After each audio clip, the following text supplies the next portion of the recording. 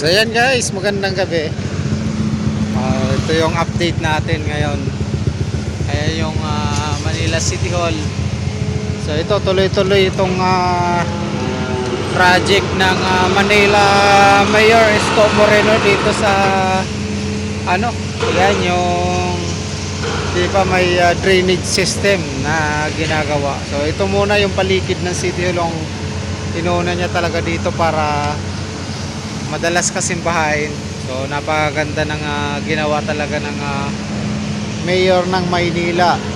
Kahit hindi ganoon kalaki yung pondo ng Maynila ay ito ginagawa niya ng paraan para magkaroon ng improvement ang drainage. Yan, master plan na sinasabi niya. Tuloy-tuloy na. Inaumpisahan niya na dito sa may paligid ng City Hall. Sana pagdating ng araw sa buong Maynila magkaroon ng drainage na master plan talaga. Yung ganitong drainage kasi ang napakaganda dahil malalim siya at saka medyo malapad. Ito yung City Hall. Ito yung mga concrete na nagawa na para ilalagay na lang dyan.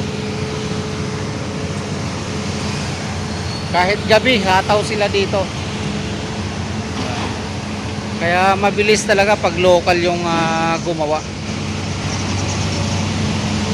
Kaya nito mga concrete na ilalatag na lang, napakalapad. Yan. So isang yung naghuhukay, tapos yung isa naman nagkakarga sa may dump truck para hakutin yung pinakadumi o lupa na hinukay, basura. Bali hanggang dito kasi huhukayin. Ayan kakarga dyan, ang laki ng truck. Hanggang dito yan ayan, huhukayin. Itatagpo yan doon sa may gilid. Itong huhukayin na to itatagpo nila dito. Ayan ito huhukayin to. Hanggang dito kasi meron ng ayan yan, hanggang doon dito, tatagpo nila dito yan. So ito yung maganda sa project dito ng local government na sinabi ng mayor ng Maynila na yung master plan niya sa mga drainage ay naumpisahan na. At ito na tuloy-tuloy kahit gabi. Ayan umahataw sila doon papunta dito. Ayan. So dito sa area na to, yung side ay nalatagan na rin. Kaya ito itatagpo na lang ito rito. Ayan dito sa may side na to ng City Hall na to. Ayan dyan ayan. Tatagpo dito yan. Ayan kasi nalatagan na dito. Ayan, makita nyo may harang na yan. Hanggang doon nakatawid na yan doon sa kabilang side, sa may side ng Burgos. Yan.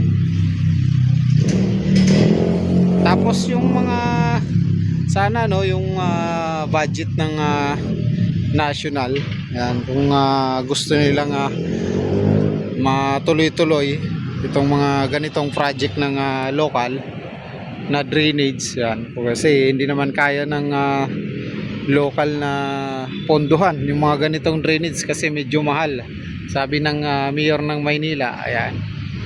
So sana suportahan ito ng national para mas mabilis ang progreso ng local. Sa local na nila ibaba yung budget nila para yung local nang bahala magpagawa para mas mabilis. Ayan. Kasi ito yung paikot ng City Hall na to halos patapos na. Ito na lang yung lane nya na to.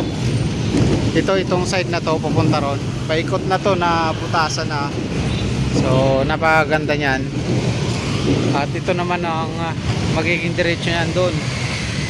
Yan. So abang-abangan nyo lang yung mga update natin dahil update din natin to pagdating ng mga ilang araw. or bukas baka vlog natin ulit. So ayan, ito yung pinaka drainage nya, oh. Ayan. So kita kits sa ating update, next update. Bye bye.